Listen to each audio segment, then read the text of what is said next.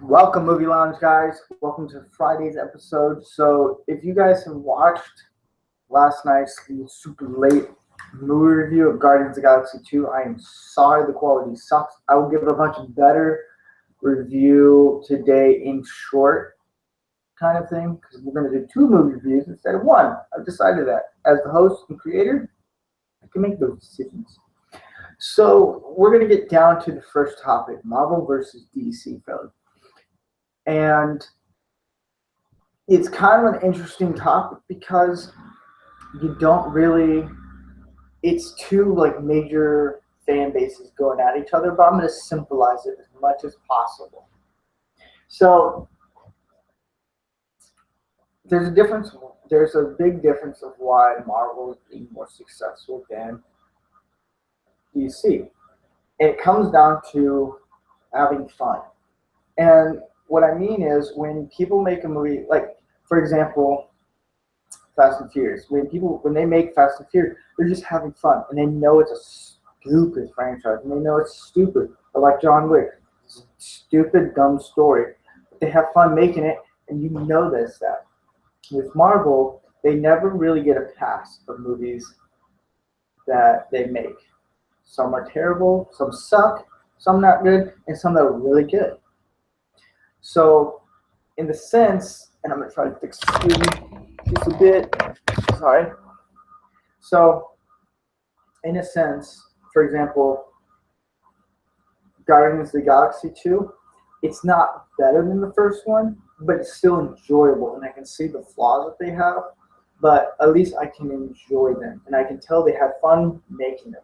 With DC, they're way too serious in the sense of when they make a joke, if they do, it becomes too, you don't know if you should laugh or not. It's like that guy who makes a joke, and you're like, I don't know if that's funny or not. Should I laugh or not? And you look around to see if anyone else is laughing or finding it funny. It's that kind of thing.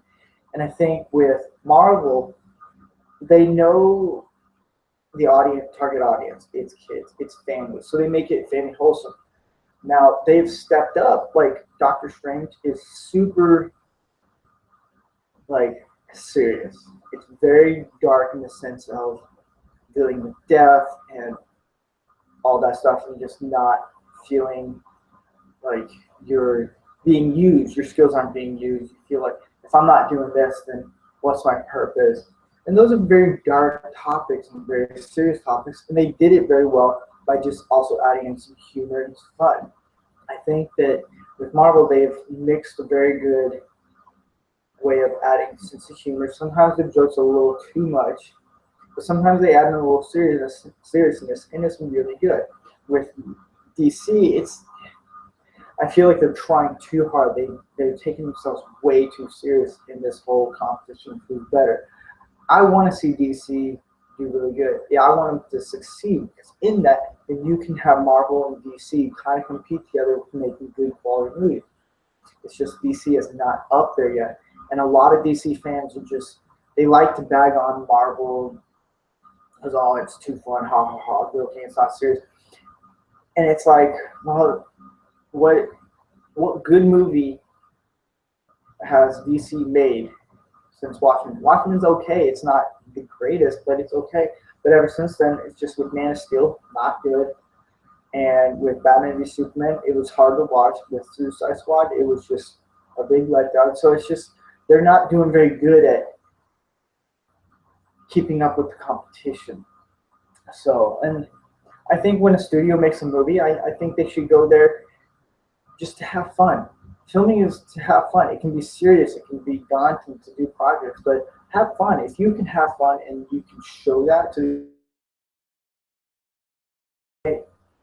when Marvel makes not that great movie, not a good movie, we can accept that. Yeah, this isn't a great movie, but we can accept it and it's still more entertaining. With DC, it's just like we can tell that they're being way too serious, and we know it sucks, and we're gonna let them know. I can guarantee you that people would end up rewatching a Marvel movie again and again over a DC movie right now, and that could change. But right now, it's that way. So that is the gist of that topic. and it can go in a much bigger. I can go into more details, but I feel like that it can get into different rabbit holes and stuff. And I wanted to make it very simple with just that one thing. So, and I'm not trying to bag on DC. I'm not. I want them to succeed. I want them to profit off the comics because I think they can do it. It's just right now they're in a spot where it's just like they don't know how to approach it the right way. They're trying too hard to compete. Just work on it. Take your time. That's the best way. So I'm going to talk about Guardians of the Galaxy 2 because I feel like last night's review was not the best. And I'm not the best at movie reviews. I get that. But I'm going to talk more about that as well as talk about a movie called A Monster's Call, which was phenomenal. And I'm going to get into that. But first, Guardians of the Galaxy 2. Like I said earlier, it's not better than the first one, but it's still enjoyable. There are some subplots that go around a lot of times, and I felt like it was distracting at times. And I was just like, okay, when are we going to get to this point? But I thought it was very well cast. It's a huge all cast. Like there are people in there, and this is all spoiler free. But I know one, if you look on IMDb, this is not spoiler. Stallone is in it, so I feel like that's why he left Expendables, is because he got branched into this, and he was great. I liked him a lot. I thought his character was pretty good for the short time that he was in there. I thought Yondu stole it. I loved his character. I liked what they did with him. I thought James Gunn's brother did really good. I was surprised at how well he did in that movie. Yeah, Drax was really good. You can tell they were working a lot on the characters, and they wanted to fill that in. And the movie is mainly about Star-Lord's father and how they meet and backstory to that. And I felt like they did a decent way of approaching that. And it's just it kind of tugged on me because it's just like, okay, I'm big into family and stuff, and I connected really well with it. So it was good. It was very serious in the sense of family and father and son kind of relationship. And I thought it did really good. And there's 5. I would definitely wait for the end credits. There's like 4 or 5 end credits that are really good. And there's one that branches onto a new character. I'm not gonna say, but yeah, all around, I would definitely go see it. You're gonna get some laughs. I think it was a little too much on laughs or jokes per se. It was a little too much on some areas, or some kind of.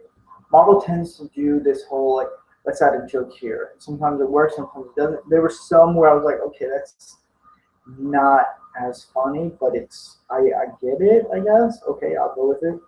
So, yeah.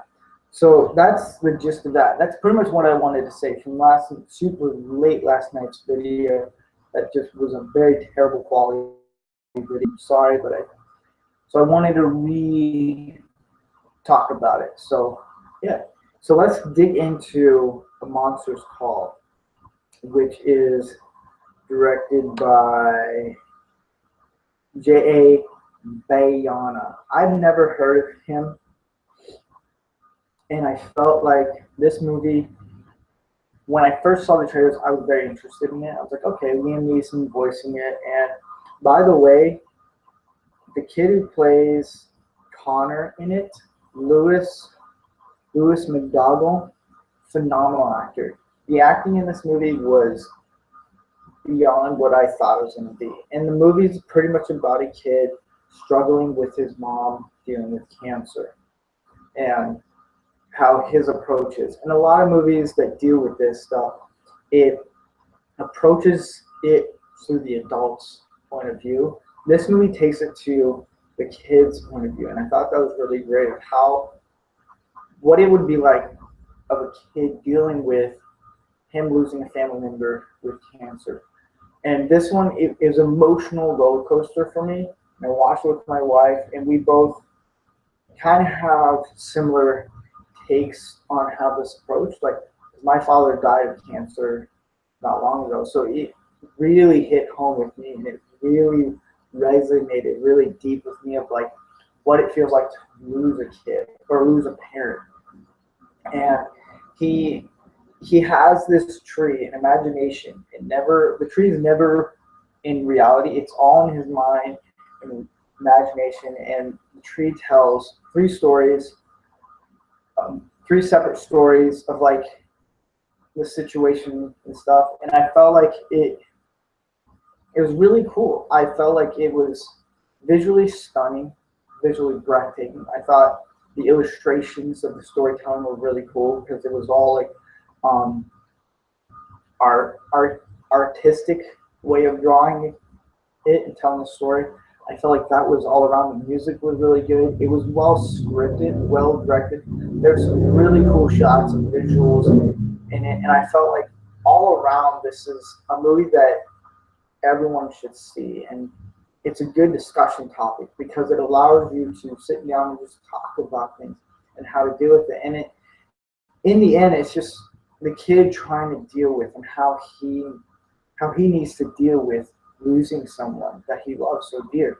And I thought it was all around. And I know that the mother is played by Felicity Jones. She did a really good job. And then Sigourney Weaver, I didn't even know she was in it. She plays the grandmother. She did a really good job at playing that, and I love anything that Sigourney Weaver's in. There's nothing else I can say about this movie. It's just go see it. It didn't do very, as far as I know, it's not doing that good in the theaters or box office. And because it came out, I think it's December 26th it came out, and it just got overlooked because Star Wars. But it's definitely a movie you should watch. If you love it, own it, support this movie. This is a great movie to watch. So, and I would love to see more of what the director does in the next movies that they do.